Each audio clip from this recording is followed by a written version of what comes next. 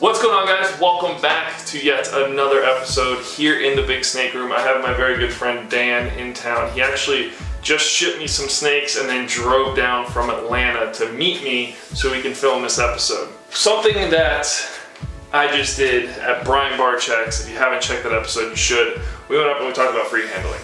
So somebody I know that free handles a lot is Dan here. Dan's got a lot of awesome pictures of stuff he does in Virginia. Yep. He's licensed up there to have all the venomous snake that he has, and he free handles a lot. Now, if you did catch the podcast I did with Brian Barczyk, I did talk about younger generation, free handling and stuff like that. Dan was one of those guys I talked about. He's very comfortable. That's what he feels like. So today, we're going to talk a little bit about that. We're also going to play with some snakes, and then we're going to go check out some of the new snakes that I just got from Dan. Alright, so we're going to pull out the male Monocle Cobra first. Male Monocle Cobra. Cobra, dude. Cobra, I said Cobra. We're going to break you of your fear of talking to a camera. Look at the camera. I know. Say your name. Or Dan Nunnally. There you go. I'm going to put all his social media and stuff at the end of the video and also in the description. So check him out. Here, you do it. I don't need to do it. He's in the bottom drawer. The very, very bottom drawer. Yeah. Oh, this is that. Oh, and they just shed. Perfect. Yeah, he's nice and pretty. Yeah, I was keeping him on mulch, and then he was trying to get to the female so much that he actually rubbed his face raw during all the hurricanes that we had down here coming through at once. So he takes a minute to get to like be active and hood up, but once he's up, he's usually good. Yeah, his nose is feeling like really nice. He's gorgeous. So he is het sunset, but during all the storms, I threw him in with the female and they locked up like 3 or 4 times. So now, hopefully I'll have albino Monocle Cobra babies again this year. See, he's pretty chill, he's not too bad. No, he's not bad at all. He's super mellow. So what's your aspect on the free handling thing now? It's always a touch. No, I'm good. It's always a touchy subject, because like it really is. But it is also one of those things that people always say it's a touchy subject, and then they never talk about it. Yeah. So it's always talked about in a negative way. There's not enough like stuff out there that it's free handlers talking about why they do it. Like I free handle just because I'm comfortable doing it. There's plenty of times I use hooks. I don't just pull everything out with my bare hands. I don't do that. I do have rules to handling. If I'm servicing a cage or a tub, I'm always using a hook to pull it out. I don't ever clean a cage or a tub with something in it. Everybody thinks that free handlers are these irresponsible keepers and whatever. It's not. It's quite the opposite, actually. I think some free handlers are some of the safest. I can agree with you on that one. Like, I mean, we know as a free handler, like I know what I put myself at risk for. But I also learn my animals a lot better through the handling that I do. He's awesome. He's not even...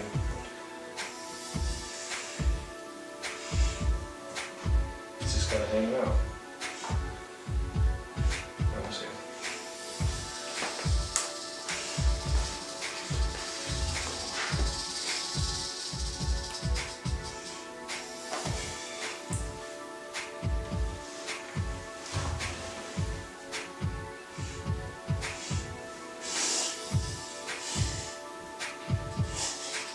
No, you're not moving the hood up.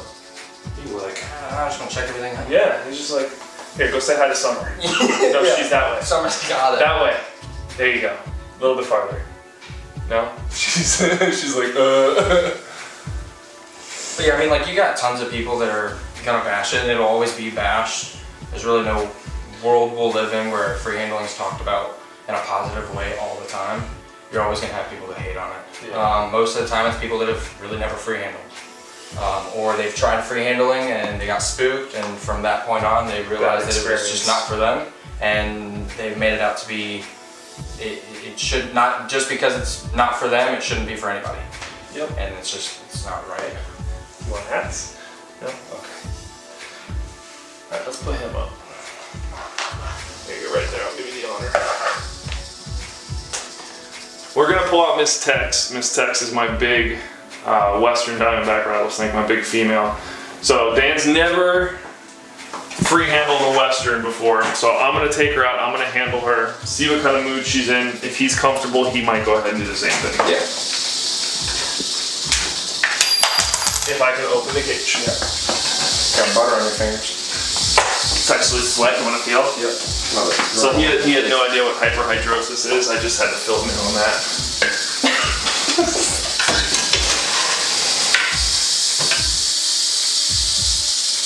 Yep, it's a hook. It's not feeding. She's pretty.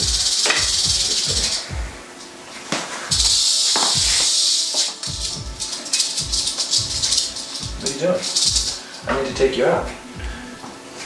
She's like, back in the cage. Nope. I missed my opportunity. No, once she's out of the cage, she's fine. Oh yeah. I mean, you can never really judge a snake hook cage. Now she's not rattling.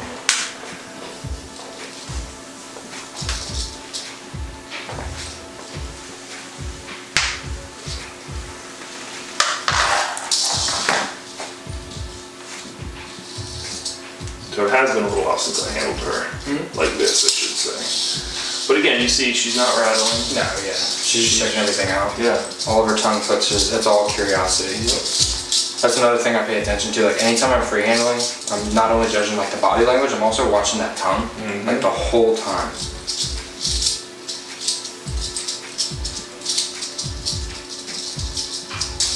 Yeah, she's pretty. She's got a big old head on her. She's pretty cool. I love this snake. Actually, I wooed Summer by bringing the snake to her house. Ah. That's not how you That's woo how me. it happens? Is that how it's supposed to, is that how I'm supposed to do it? You want to try? Yeah. Yeah. So I mean, just treat her. I always treat her like any desert-esque species of snake. Yeah. Very flighty snakes. But it's just kind of going with her. See, not even striking the boot or nothing. But again, this whole time, not even rattling. No. For a Western, that's crazy. See? Yeah, she's good.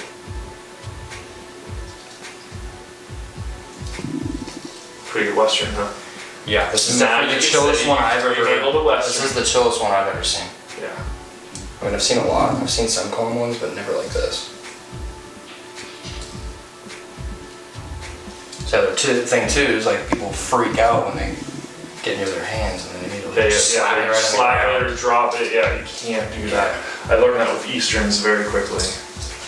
Like as long as you're calm around them, man, they read off of your body language too. 100%. Another thing with like Critalis too is like, just from what I've noticed, is that if you keep their head above their tails, they seem a little more calm. Always keep in mind, like anytime their rattles coming over their head, their tails coming over their head, it's like typically when they're falling.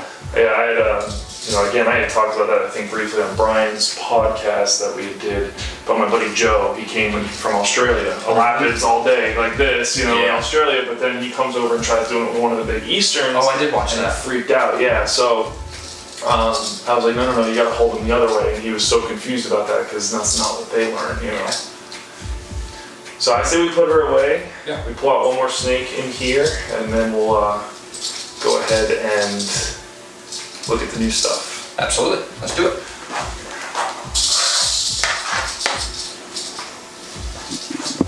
She's awesome. She is.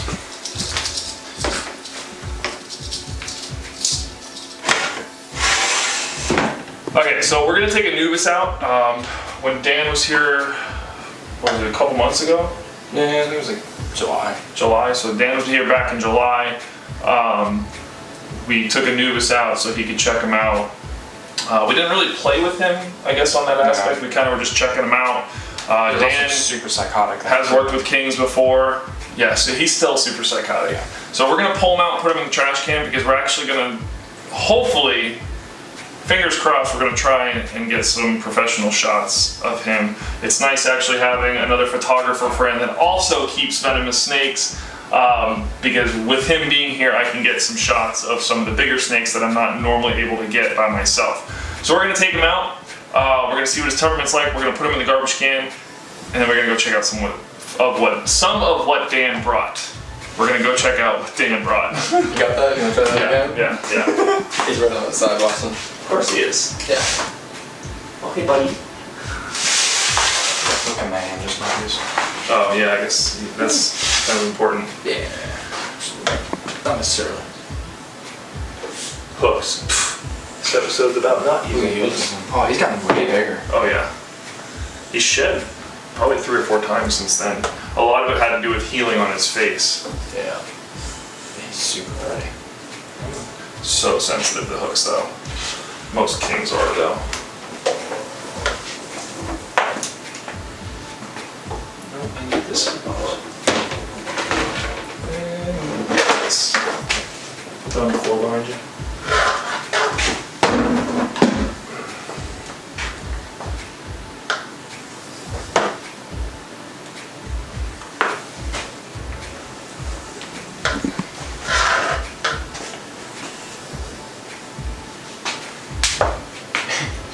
He's all up on the hook funny. He's like, I want to eat that burn. Yeah, I see Yeah, that. I don't mean to. Yeah, if you can adjust him off of that. Oh, there he goes. Whoa! He said no. Oh, right in the other hide. Oh, yeah, man. You see this? Look at this. Right in the other hide. Told you, he's so hook sensitive, he's just not having it.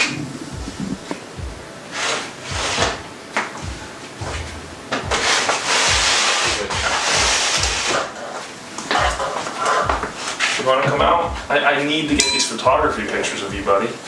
Yeah, man, it's about time you get some. I know. I got some of the baby king. I just haven't got any of him. Here we go. He's on. Don't shit on me. Yeah, I was waiting for that too. Hey, look.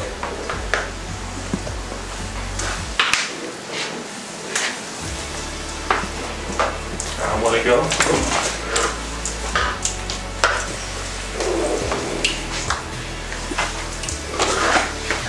Get Cherokee, go.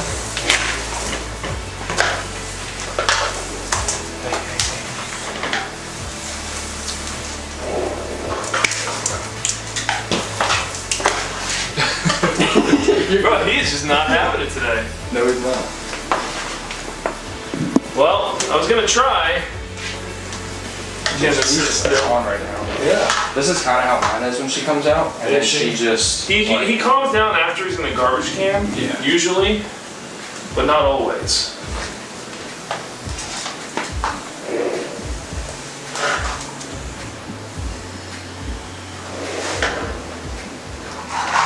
He is watching me. What are you gonna try and eat the Kaboom, Viper? Baboon? That's right on his meal, man.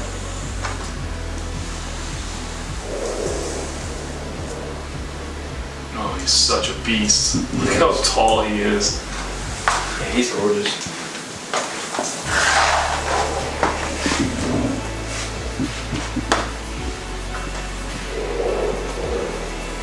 Some nice growls. Oh my god.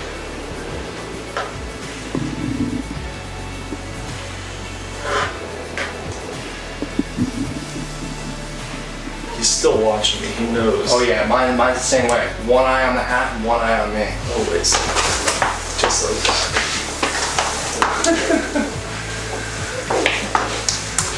There he goes. Nope. Alright, let's get him in the trash can. Look at him rolling. Yeah, I know. Yeah, he still does. It's crazy to see that too, because like most of the time they stop doing that. No, he has He's He's just always lunatic. touch him with it. Yeah.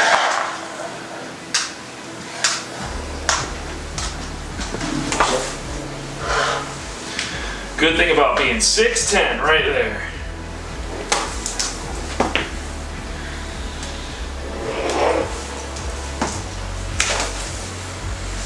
Sorry, Oh, you're good, man. I'm watching. See, I touch him here and he definitely is there. It's very sensitive to this touch. You're okay. Alright, let's get him in the trash can. Oh, the trash can right there? Yeah.